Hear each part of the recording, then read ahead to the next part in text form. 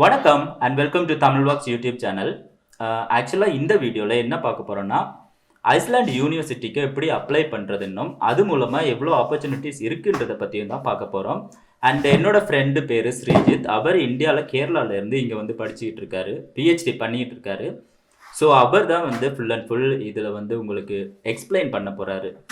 So வாங்க பார்க்கலாம்.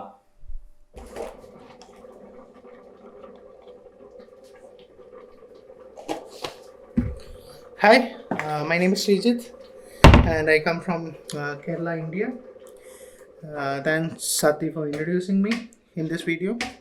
So today I will speak a few things regarding how I applied to University of Iceland and what are the future job opportunities available after doing a PhD in Iceland. So let me start with giving few of my experience with how to apply to University of Iceland. So during my masters, I had this thought about doing a PhD outside India. So I have chosen many countries. I have applied many countries. So with respect to University of Iceland, I was lucky enough to have one of my senior who was already doing a PhD here. So he informed one of my faculties, one of my professor regarding a position being available here, and that professor has informed me and has applied to this particular position. And I had to go through an interview from the professor which I applied, and I have to go through that interview in order to get selected. So basically speaking, in order to do a foreign PhD, you have three different ways. So one of the ways is that applying the university first, and then waiting for the university's confirmation, and then getting into that particular position. So the second way is that you can apply through a professor where you have to find the particular area of subject which you are interested in, and then applying to all the professors with all the details. For example, with your CV, curriculum vitae, like all your experience, which includes all your experience, and so on. And then second thing is the statement of purpose, why you want to do a particular PhD under this particular professor, or like why you are choosing this particular country, and so on, etc.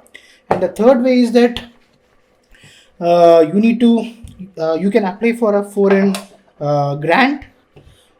For example, you have nowadays in Europe you have Marie Curie grant, Commonwealth scholarship, and Indian overseas scholarship.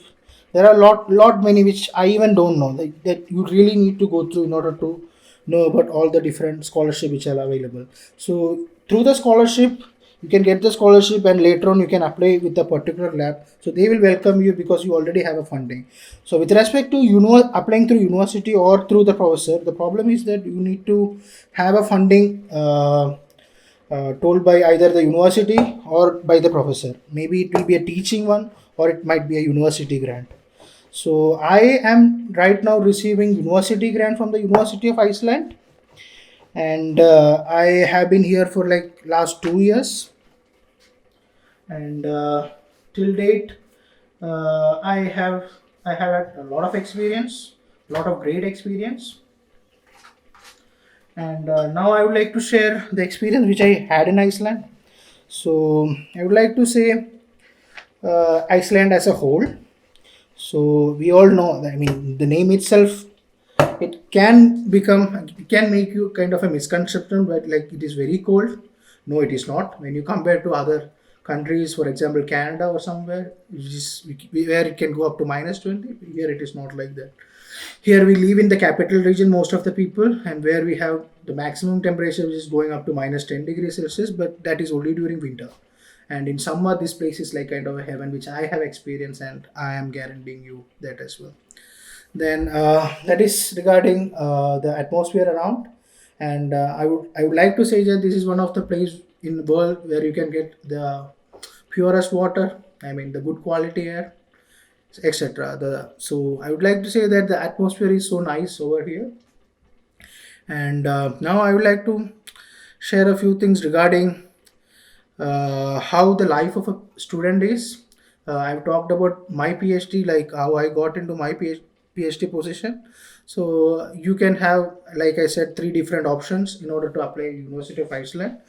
Only thing is that if you are applying through a browser, you should really know what are the different faculties available in this University of Iceland, and how you can apply through them. Okay, then regarding the life, I mean the student life outside. For example, I live in student housing.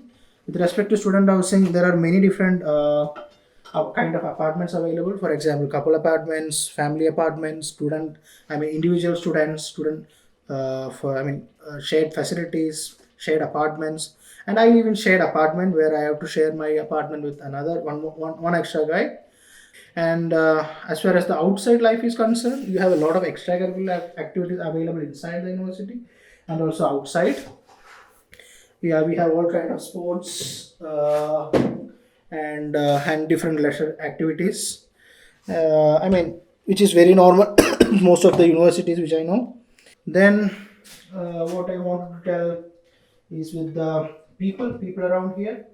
For example, I would like to say that I have traveled to few of the European countries, but when I compared those countries with Iceland, I would like to, I mean, emphasize on a particular thing that the people in Iceland are like really fluent with English when you compare with other people in the Europe.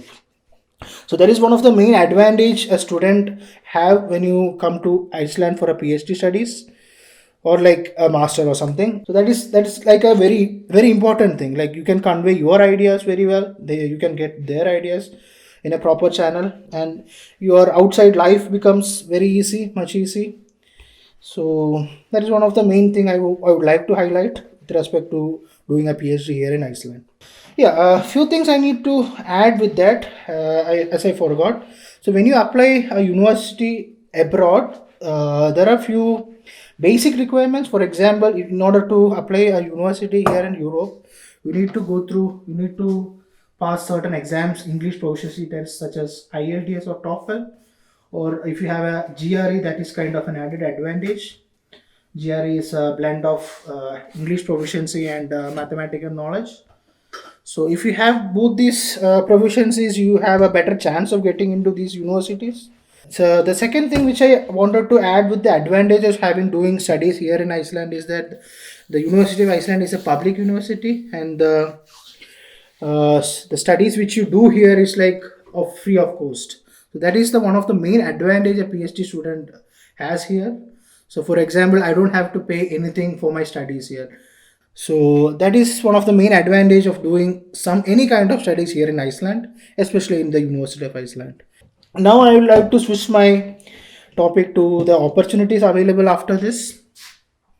So let's say I'm doing PhD, but if I want to do a job after PhD, definitely you can go for a like a analysis job, research and analysis, or like any computational wing. It depends upon the area of research which you are in.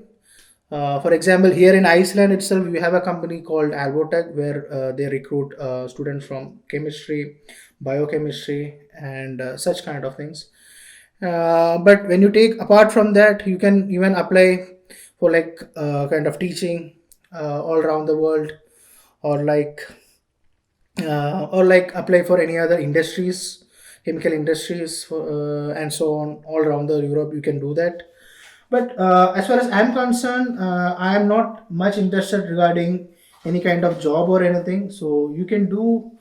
There are few things which you can do after a PhD. For example, you can do a postdoc, which is known as research after PhD. So the difference between a PhD and a postdoc is simply that here you are getting help from a professor for PhD, but when it comes to a postdoc, you will be given a lab, but you have to develop your own ideas, and you have to bring up new things by in such a way that you have to bring it. It will be more yours, more than what your professor is. So that's the thing which I would like to do. I would like to go for a postdoc, at least one or two after my PhD.